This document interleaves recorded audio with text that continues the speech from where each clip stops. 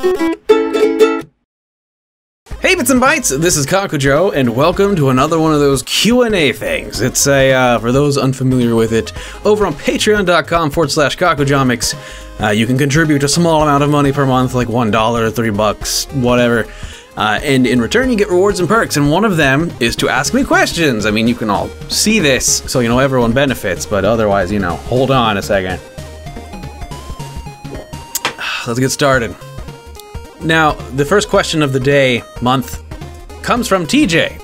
Have you ever seriously considered getting into game design? And if you ever did, what kind of game would you want to make? Yeah, ever since I was younger, I had two dreams. I wanted to make comics, and I wanted to make video games. So yeah, I've always, like, considered it. Just, I never really got the right training when I was younger, or the right encouragement. I didn't even know where to start. Like, I just kept hearing that it was something that you just had to be lucky to get into. You know, if you weren't born in, you know, 1960 at the latest, and then met Nintendo, the person, he was a person maybe, and you know, got in good with him there, then too bad. But you know, nowadays it's so much more possible. I mean, I can go out and buy like Game Maker and, you know, maybe learn it or something like that. I do know some programming languages, kind of. Not very well anymore, definitely, but yeah, I've considered it. What kind of game would I make? Adventure platformer, probably. Something not entirely unlike the Metroidvania vein of games, which is more and more becoming a genre, a game descriptor that I would like to not see anymore. Because it's like, I guess before there was only two of those games. Is it just Metroid and Castlevania? But now there's other things to do and other things to call it. So yeah, something like that, just basically like a platformer, a well-made platformer with, you know, good aesthetics, cute aesthetics. You know me, I like colorful things. Bright, happy, colorful things, a progression system, but not one of those stupid shoehorned in ones that everyone's doing these days. I mean, that's a really broad stroke of a statement to make, but a few years ago, if you told me my game has a level up system, it has an upgrade system, especially an upgrade system, I would have been like, hot diggity dog, that's my kind of game. But now it's so many games have done it, and it's shown me that there are a lot of bad ways to do an upgrade system. I'm on an exercise ball right now. Good question, thank you, TJ. The next question comes from Woofy. What determines the comic idea at any given point? Is it observations you've made, inconsistencies you've found in games or otherwise, or real-life applications?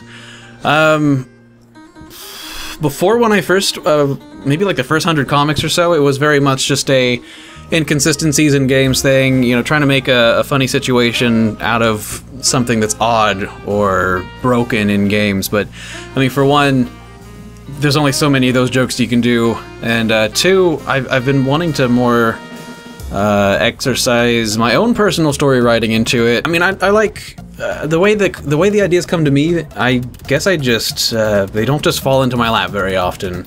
These ideas. Usually, I sit down with a spiral, and I just think for a while. It takes real intent thought. Same thing with the comic titles. I'll sit there and I'll type out like every word that has some kind of relation to the current comic, and then I'll try to find a way to do wordplay off it. And, you know, and in the past there have been some comics where I haven't done that, and the titles are just dumb. I think I wish I had a method, because you know, that's just how comedy goes. You just throw ideas out there. Some of them are funny, some of them aren't very funny. It's unrealistic to want to try to throw out like a smash hit every time. It'd be nice, of course, let's not lie. Woofy's second question is, I can't remember if this has been asked, that's not a question, but do you have a favorite color or favorite sets of colors? Earth tones, ocean tones, grayscales? I like purple, I like maroon. When I was younger, I don't know why it stuck out in my memory so much, but my mother had a maroon car at one point a long time ago, and I don't know what type of car it was.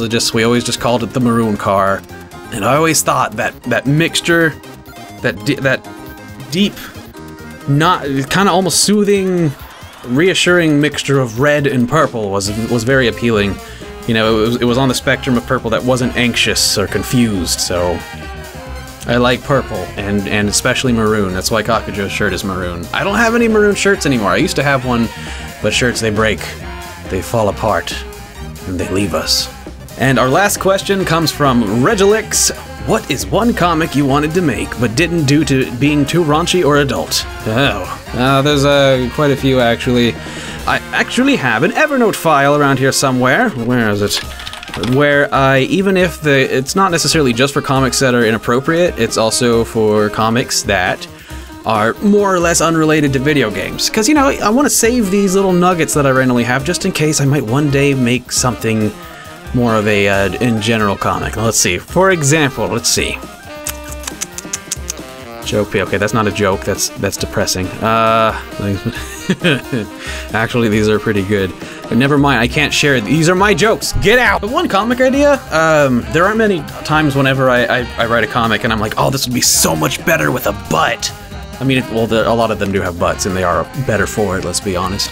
But yeah, not too often. Like with the Plum Luck, the ending line, the final line that Peach said was one that I wasn't sure about putting in because it's maybe a little too risque, but I figured in the end, you know, if kids read it, it's like Animaniacs kind of hinty hint humor, so yeah, not too many that I'm like, oh yeah, and then like Luigi's like touching Mario's butt, and then like Mario is spitting on Pikachu, and Pikachu's just pooping a deuce on Captain Falcon. I don't like the images I've given myself. But that's all for now. Everyone, thanks for watching, and thanks for submitting questions, and thank you very much, patrons, for making it to where we can eat and have this home thing that we got going on around us. That's awesome. Thanks, it really helps us out. And until next Q&A video thingy, see you then.